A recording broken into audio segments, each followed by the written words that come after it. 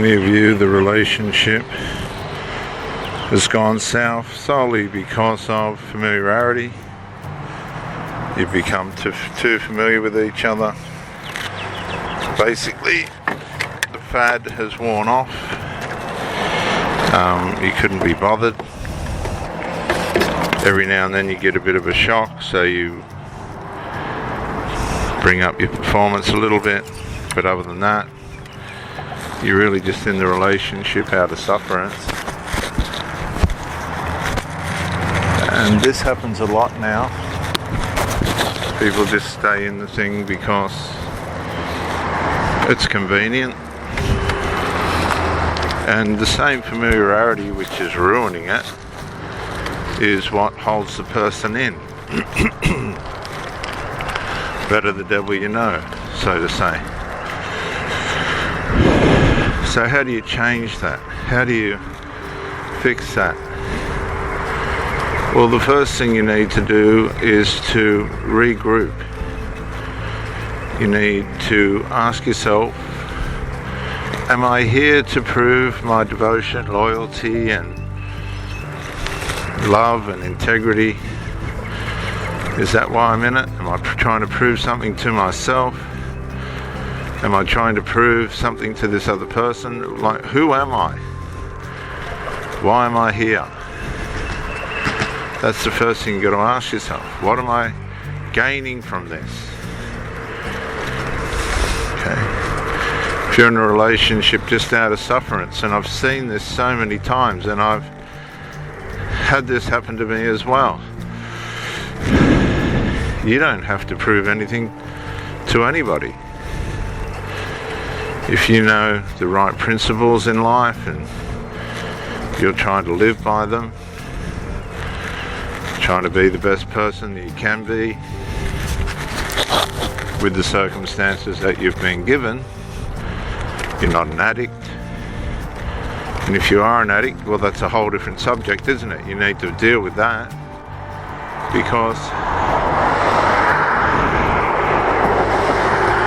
most addicts and alcoholics are delusional. There's going to be an element of delusion, and those elements will go higher and lower. What I mean by that is, for example, a child gets in with the wrong crowd at school. The next thing they're drinking and on marijuana. They come home and they're just not the same person. They're either doled out or aggravated or upset. They can't get out the door quick enough. The parent tries to get some rationale from the child, and now the child thinks the parent's on their back, but they're not. They're trying to be wise. So while the child thinks, and I'm talking teenager, thinks it's wise, it's actually became a fool, and it doesn't want to listen to what the parent has to tell to help it. And this happens a lot. The Bible says, thinking they were wise, they became fools. Now, I know a lot of parents that can't stop their children from being on drugs because they're on them themselves. You can't advise somebody to do something, not to do something that you're doing yourself, but you'll find they'll start that at first, but then they give in because they've got no authority to do that, being a parent or not, because the silly, stupid idiots are doing it themselves.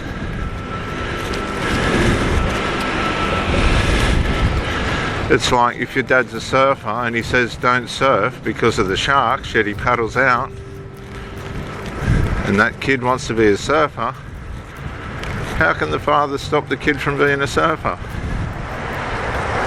He can't, because he's paddling out there for his joy to do it himself. Same with the addict or the alcoholic. And you can't be sitting there with a drink in your hand or a bong in your hand and say, no, you can't do that. It'll get to the point where you're actually supplying it. And I know parents that are against it all and still contribute to the habit, still contribute to the addiction, the alcoholism, and they're against it. Why, I don't know. And then you got the ones that are for it. So that's an advantage for them, because then you've got these children, adult children, that can contribute to their supply. Or on the other hand, now they've got themselves a couple little alcoholics and addicts, and it's made it harder for them, because now they don't only have to supply for themselves, they got to supply for the addicted children as well. So there's an extra burden, unnecessary burden that they've made for themselves by thinking they're wise. They become fools. That's why a lot of these people end up with nothing.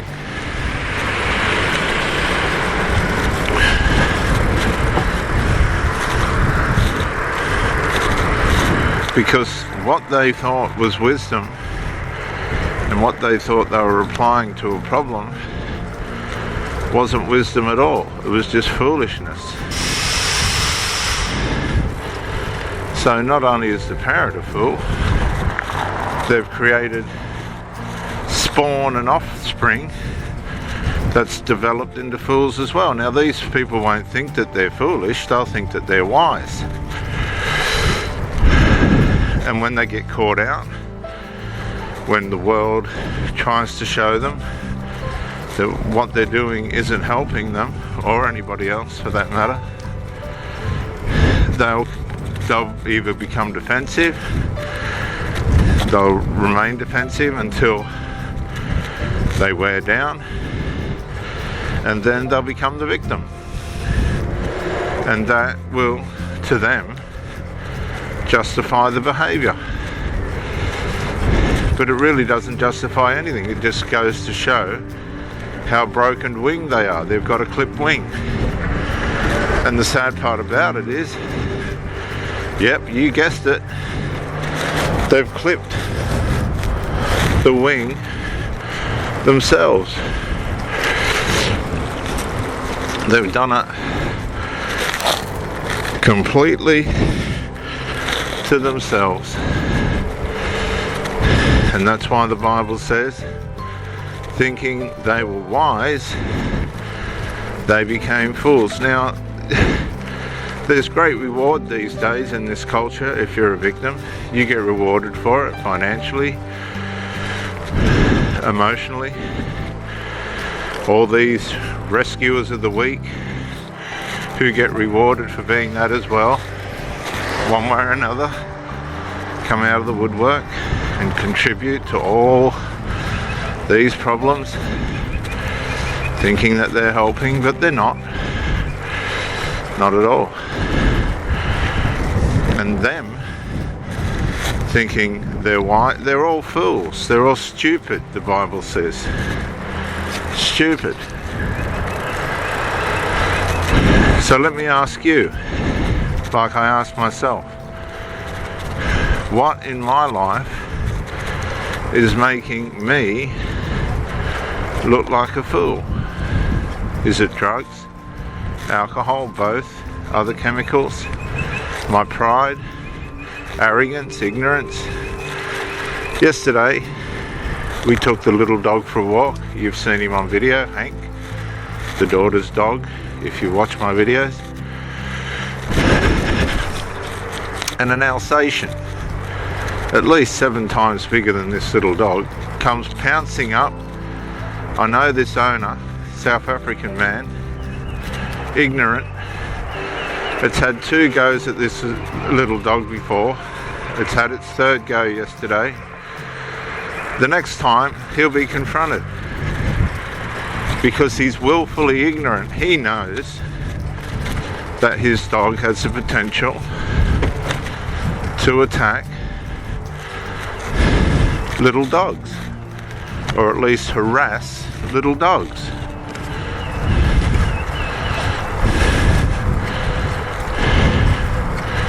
But he'll just sit there and ignore it. And as a matter of fact, go further than that, make out you're the problem. These people are dangerous. Deluded and dangerous. So how deluded and dangerous are you? How much trouble are you causing, not only on yourself but other people? And how are you going to change it? Because obviously you're not getting the right advice, and if you are, you're not listening to it.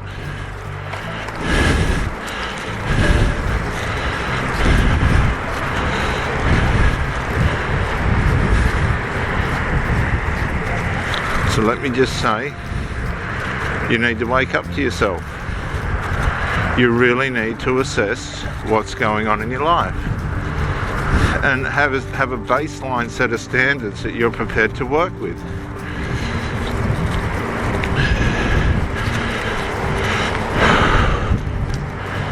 I don't want to be on drugs. I don't want to be on alcohol. I'll do everything I can to get off them. I'll exercise. I'll eat well. I'll go to bed early at night. I'll do all the old-fashioned things that we know work. And if you're not prepared to do that, then you have to be prepared,